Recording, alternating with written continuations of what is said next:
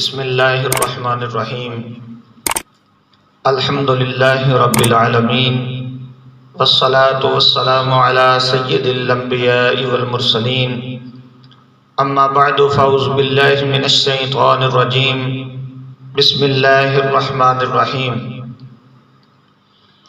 محترم ناظرین، آج ہم خلیفۃ المسلمین امیر المؤمنین داماد رسول حضرت سیدنا عثمان غنی رضی اللہ تعالی عنہ آپ کے حوالے سے چند ایک باتیں سیکھیں گے۔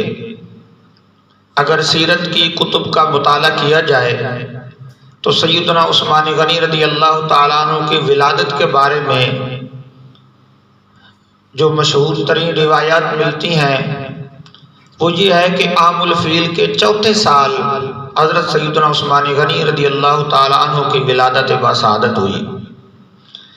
اس اعتبار سے آپ رسول اکرم صلی اللہ علیہ وآلہ وسلم سے عمر میں 4 سال چھوٹے ہیں، اور آپ کی نانی محترمہ ام الحکیم البیضاء وہ نبی پاک صلی اللہ علیہ وسلم کے والد محترم سیدنا عبداللہ بن عبد المطلب رضی اللہ تعالی عنہ ان کی بہن تھی۔ ایک آپ کا رسول اللہ صلی اللہ علیہ وسلم کے ساتھ یہ خاص رشتہ ہے، اور دوسرا آپ اللہ کے پاک محبوب علیہ الصلوۃ والتسلیم کے دوہرے داماد بھی ہیں۔ رسول محتشم صلی اللہ علیہ وآلہ وسلم کی پیاری شہزادی، آپ کی لخت جگر، آپ کی نور نظر حضرت سیدہ رقیہ رضی اللہ تعالی عنہ، آپ کا نکاح نبی رحمت علیہ الصلوۃ والتسلیم نے حضرت عثمان غنی کے ساتھ کیا۔ اور پھر وہ وقت آیا کہ جب مکہ کے لوگوں نے اسلام لانے والے لوگوں کو ستایا، انہیں تنگ کیا، تو رسول اللہ صلی اللہ علیہ وآلہ وسلم کی اجازت کے ساتھ سیدنا عثمان غنی رضی اللہ تعالیٰ عنہ اپنی زوجہ محترمہ، اپنی رفیقہ حیات حضرت سیدہ رقیہ پاک رضی اللہ تعالیٰ عنہ کو لے کر حبشہ کی طرف ہجرت کر گئے۔ پھر جب رسول اللہ صلی اللہ علیہ وسلم نے مکہ سے مدینہ کی طرف ہجرت فرمائی تو حضرت سیدنا عثمان غنی بھی اپنی زوجہ محترمہ کے ساتھ مدینہ کی طرف ہجرت کر گئے۔ مدینہ میں جب غزوہ بدر ہوا، اس موقع پر حضرت سیدہ رقیہ پاک آپ بیمار تھیں۔ ان کی علالت کی وجہ سے رسول اللہ صلی اللہ علیہ وسلم نے حضرت سیدنا عثمان غنی رضی اللہ تعالیٰ عنہ کو حکم ارشاد فرمایا کہ عثمان، تم رقیہ کی تیمارداری کے لیے یہاں ٹھہرے رہو، تمہیں غزوہ بدر میں شرکت کرنے کی ضرورت نہیں ہے، لیکن تمہارا چونکہ ارادہ تھا اس لیے تمہیں اس کا اجر ضرور ملے گا۔ اور اپنے واپسی پر آپ نے مال غنیمت سے حضرت عثمان غنی کو حصہ بھی عطا فرمایا۔ پھر اسی علالت کی وجہ سے حضرت سیدہ رقیہ پاک کا انتقال ہو گیا، تو رسول اللہ صلی اللہ علیہ وآلہ وسلم نے اپنی دوسری شہزادی حضرت سیدہ طیبہ طاہرہ سیدہ ام کلثوم رضی اللہ تعالیٰ عنہ کا نکاح سیدنا عثمان غنی رضی اللہ تعالیٰ عنہ کے ساتھ کر دیا۔ اور پھر جب حضرت سیدہ ام کلثوم کا بھی انتقال ہوا تو اس موقع پر حضرت علی المرتضیٰ شیر خدا کرم اللہ تعالی وجہ الکریم، آپ کا ایک قول بڑا مشہور ہے۔ آپ فرماتے ہیں کہ میں نے رسول اللہ صلی اللہ علیہ وسلم کو یہ فرماتے ہوئے سنا کہ اگر میری 40 بیٹیاں بھی ہوتی تو میں یکے بعد دیگرے ان کا نکاح عثمان غنی کے ساتھ کر دیتا۔ حضرت عثمان غنی شرم و حیا کے پیکر تھے اور جود و سخا کے منبع تھے۔ رسول اللہ صلی اللہ علیہ وآلہ وسلم کے پیارے خلیفہ سیدنا ابو بکر صدیق رضی اللہ تعالیٰ عنہ، ان کی دعوت پر آپ نے اسلام قبول کیا، اور تقریباً اسلام میں آنے والے آپ چوتھے فرد ہیں۔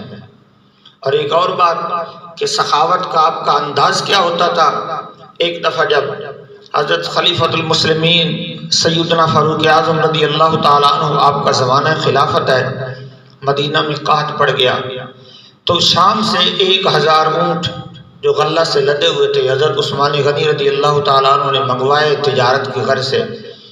وہ مدینہ پہنچنے والے تھے کہ اہل مدینہ میں رہنے والے جتنے تاجر تھے انہوں نے آ کر حضرت عثمان غنی رضی اللہ تعالیٰ عنہ سے کہا، یا عثمان، وہ مال جو آنے والا ہے تجارت کی غرض و غایت سے ہم چاہتے ہیں کہ وہ تو ہمیں بیچ دے۔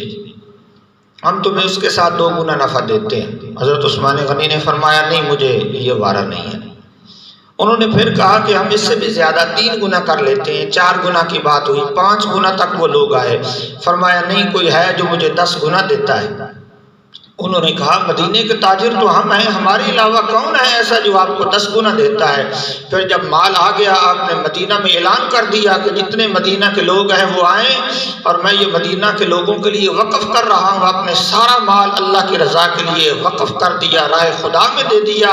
اور من جاء بالحسنۃ فلہ عشر امثالہا، کہ جو خدا کی بارگاہ میں ایک نیکی لے کر آتا ہے، اللہ اس کے بدلے میں اسے 10 گنا اجر عطا فرماتا ہے۔ اس کی عملی تصویر بن کر دکھایا کہ اللہ نے وعدہ فرما رکھا ہے، میری بارگاہ میں 1 روپیہ پیش کرو گے، 1 نیکی پیش کرو گے، میں اس کے بدلے میں تمہیں 10 گنا اجر عطا فرماؤں گا۔